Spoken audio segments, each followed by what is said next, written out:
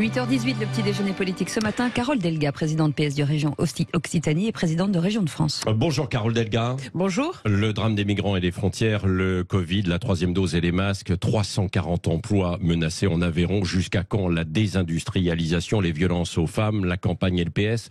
Autant de questions que nous allons essayer d'aborder. D'abord, le naufrage donc dans la Manche et ces 27 migrants qui ont péri. Au-delà de ça, les passeurs sont pointés du doigt, bien sûr. Mais est-ce qu'il y a d'autres responsabilités politiques, celle-là, Carole Delga? Oui, il y a d'autres responsabilités politiques. Quand on veut être dans la caricature de l'immigration et qu'on veut en fait complètement oublier ce qui pousse des femmes, des hommes, des enfants à quitter leur pays sur les questions de misère liées au réchauffement climatique, sur la problématique de l'instabilité politique. Donc il faut que l'Europe ait une vraie politique et la France y prenne toute sa part sur l'aide aux pays en développement pour stopper les conséquences du réchauffement climatique avec les conséquences de misère. La relation aussi diplomatique, puisqu'il y a souvent des pays qui sont en guerre, et quand il y a des migrants, de savoir les accueillir, comme nous faisons en Occitanie, où nous aidons SOS Méditerranée, où nous aidons également les associations d'intégration, parce que quand il y a l'immigration en France, il doit y avoir bien sûr l'acceptation de la République. La République n'est pas une option. Oui, donc les accueillir avec c'est pas à double tranchant, effectivement, parce que quand on dit il y a des conditions d'accueil derrière, d'inciter aussi au départ et des gens à venir ici et à croire à l'Eldorado, comme par exemple en Grande-Bretagne, pour certains, Non, mais ils sont prêts à payer des milliers d'euros, Non, mais on n'incite pas les gens à quitter leur pays.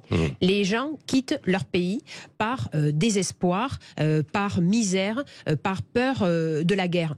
Et donc il faut en premier aider au développement dans ces pays-là pour leur permettre de vivre dignement. Et quand il y a en effet malgré tout la nécessité de quitter leur pays parce que la vie est intenable, il faut savoir les accueillir en France où la République n'est pas une option, je le redis, mais il faut savoir les accueillir avec humanité. Et arrêtons les caricatures sur l'immigration.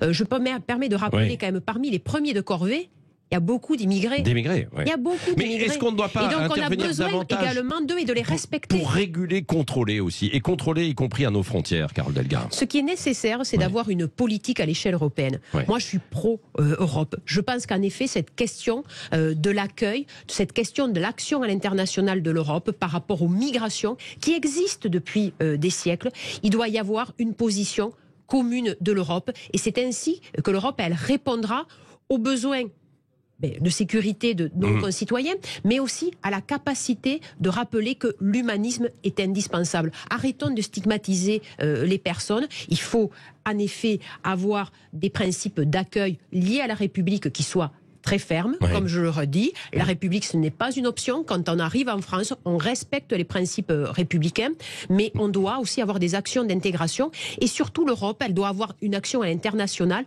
pour permettre que des gens vivent dans les autres pays de façon digne et en sécurité. Oui, Carole Delga, venons-en à la crise du Covid. Olivier Véran va détailler son plan aujourd'hui. Alors, on en sait déjà les principales mesures. Généralisation de la troisième dose, qui sera obligatoire pour avoir le pass sanitaire. Délai raccourci pour la vaccination à 5 mois au lieu de 6 mois. Renforcement aussi du pass sanitaire, plus que 24 heures de validité pour un test PCR contre 72 heures jusqu'à présent. Est-ce que ce sont les bonnes mesures qu'il faut prendre en fait aujourd'hui? Moi, je suis pour la vaccination obligatoire. Oui, parce que je pense que on a une épidémie qui est récurrente, qui revient régulièrement. Je pense qu'on n'en a pas fini encore pendant de longs mois. C'est au niveau mondial. Il faut avoir la vaccination obligatoire pour continuer à permettre les échanges, une vie si possible le plus normale. Et c'est pour ça qu'il faut avoir une mesure ferme, la vaccination obligatoire. En même temps, vous avez vu, le vaccin finalement n'est pas totalement efficace puisqu'il y a des gens qui sont vaccinés qui sont à l'hôpital, y compris en réanimation, et puis là on voit qu'il n'est pas efficace de longs mois, Il faut avoir quand même la réalité des faits. La réalité des faits, c'est que quand vous êtes vacciné, vous développez des formes moins graves de Covid et vous avez des chances d'hospitalisation qui sont divisées par 10. C'est cela la réalité. Alors faisons pas de faux procès à la vaccination. La vaccination, c'est la meilleure des protections. Et si vous ne voulez pas être hospitalisé et dans des états de santé très sérieux et très graves, il faut qu'il y ait la vaccination obligatoire. Oui. Carole Delga, en tant que présidente de la région Occitanie, mais également présidente des régions de France, est-ce que vous avez été sollicité pour relancer les centres de vaccination? Parce que là, hier, on a vu que sur Doctolib, il y avait un record d'enregistrement de rendez-vous et on a l'impression que les centres ne sont pas prêts. Nous souhaitons en effet qu'il y ait de nouveau la réouverture de centres de vaccination de façon forte. Je vais être consultée là d'ici 1 heure par le Premier ministre sur les mesures à prendre avec ce nouvel épisode. Et là, en effet, je proposerai qu'il y ait de nouveau des centres de vaccination. Piloté par qui alors? Par vous, en concertation avec l'État? Qui sont pilotés en concertation par l'État, les mairies et les régions. Nous allons aider, comme nous l'avons fait, pour transporter gratuitement des personnes sur les centres de vaccination ou pour aussi mettre à disposition des étudiants pour faciliter le parcours vaccinal dans les centres de vaccination. Il n'y a pas eu un petit peu de retard à l'allumage là, ces derniers jours pour vous consulter un petit peu plus tôt pour tout mettre en œuvre immédiatement? Je pense qu'en effet, il aurait fallu être encore plus réactif parce qu'on voit que chaque jour qui passe est un jour perdu. Mais il va y avoir des annonces aujourd'hui. Soyons tous mobilisés dans l'efficacité et surtout le message que je porterai au niveau du gouvernement, c'est qu'au niveau des territoires, faisons confiance et aux communes, et aux départements, et aux régions. C'est elles qui ont la réactivité nécessaire pour apporter une réponse rapide et adaptée, quel que soit le lieu où habitent les Françaises et les Français. En tout cas, vous apportez l'ensemble des régions à travers vous, votre aide pour monter ces centres de vaccination. Pourquoi, d'un mot d'ailleurs aussi, selon vous, le gouvernement ne veut pas rendre la vaccination obligatoire ? Mais je ne me l'explique pas pourquoi il ne veut pas rendre la vaccination obligatoire. Moi, je pense qu'il faut donner un message clair aux Françaises et aux Français. En politique, c'est ce qu'ont besoin nos concitoyens. Et le message, il doit être clair, il doit être simple, il doit être ferme par rapport à une pandémie mondiale. Et donc, je réitère ma demande, comme cela a été fait par les députés et les sénateurs socialistes, qu'il y ait clairement une vaccination obligatoire pour les plus de 18 ans. Oui, nous sommes donc le 25 novembre, c'est la journée de lutte internationale contre les violences faites aux femmes. Le gouvernement, par la voix de Marlène Schiappa, dit et vante 4 lois en 4 ans pour essayer d'améliorer le droit des femmes, avec plus ou moins d'efficacité. Justement, c'est ce que vous jugez, vous, le travail du gouvernement, il est efficace ou pas ? Je pense qu'en effet, il faut permettre à la parole de se libérer et rappeler aux femmes qu'elles n'ont rien à subir dans leur vie. Rien à subir. Ni violence physique, ni violence psychologique.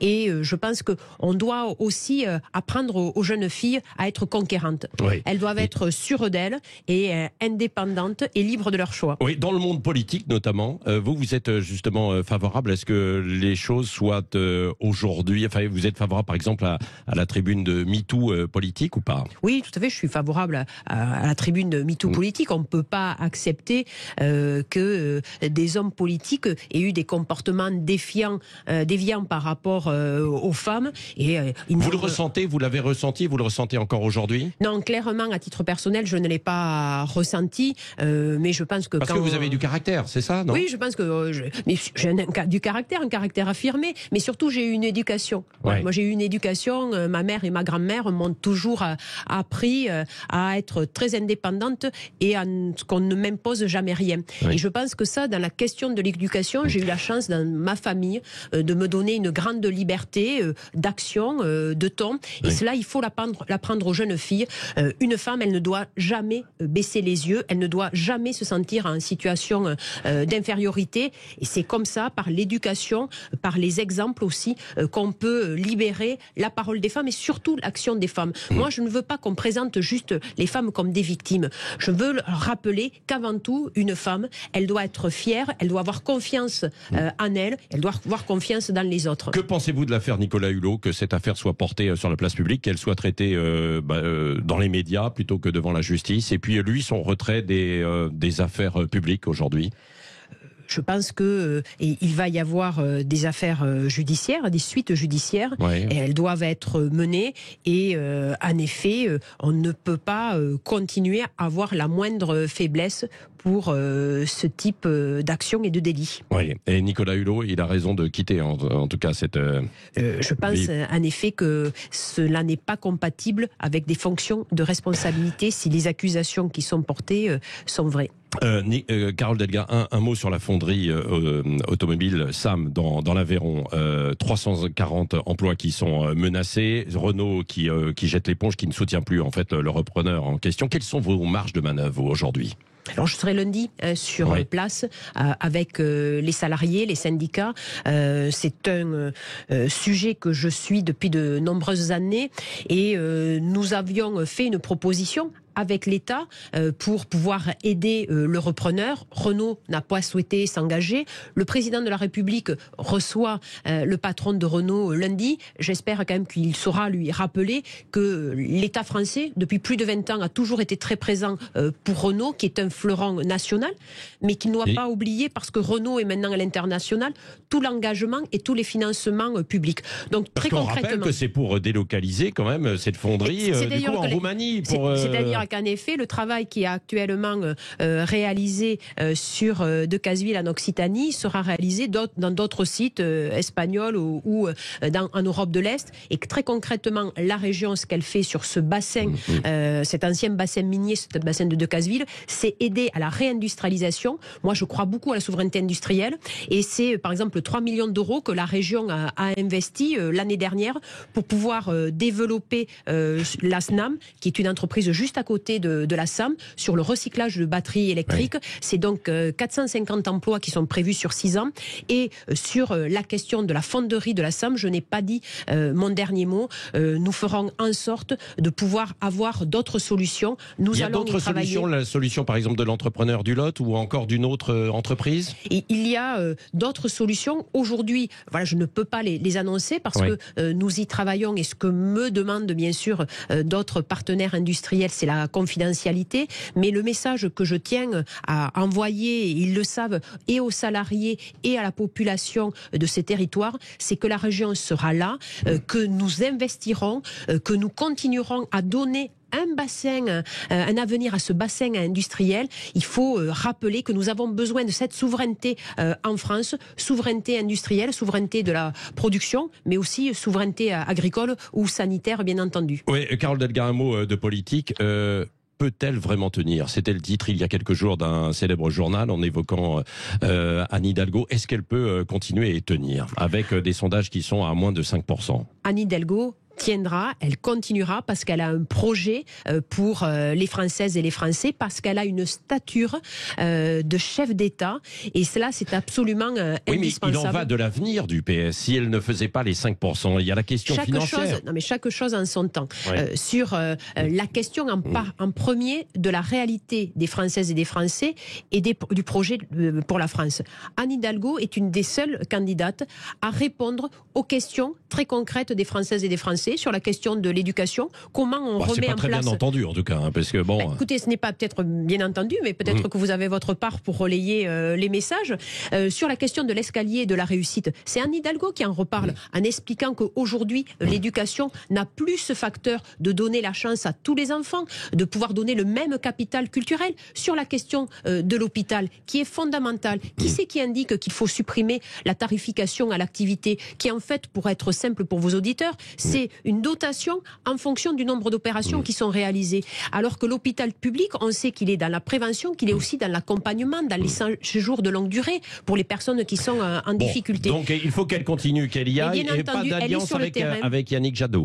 Écoutez, avec Yannick Jadot, il est important de pouvoir échanger, mais aujourd'hui, il me semble que sur le fond, il y a de nombreuses différences, mais pour autant, la construction de la gauche républicaine, de la gauche écologiste et socialiste, elle doit continuer. Bon, un dernier mot aussi avec la ligne à grande vitesse, la LGV. On a l'impression qu'elle est bloquée, qu'elle n'ira jamais jusqu'à Toulouse et l'Occitanie, et notamment en passant par la Gironde et Bordeaux. Non, elle se réalisera parce que c'est absolument indispensable.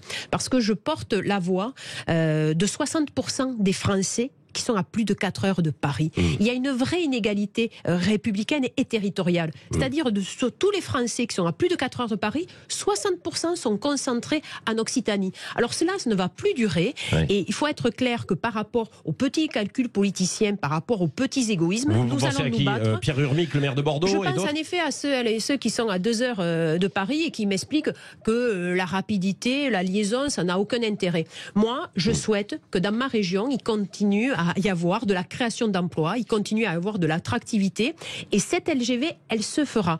Et d'ailleurs, nous allons avoir, je pense, un vote qui sera positif ce soir à la métropole de Bordeaux. Et c'est absolument indispensable. De plus, je tiens à rappeler à celles et à ceux qui sont contre, c'est que la région Midi-Pyrénées a quand même versé 300 millions d'euros. 300 millions d'euros, c'est pas une paille. Alors la solidarité, j'aimerais qu'elle s'applique dans les faits et pas uniquement dans les paroles. Merci Carole Delga, présidente PS de la région Occitanie et présidente des régions de France, d'avoir été l'invitée ce matin de Sud Radio.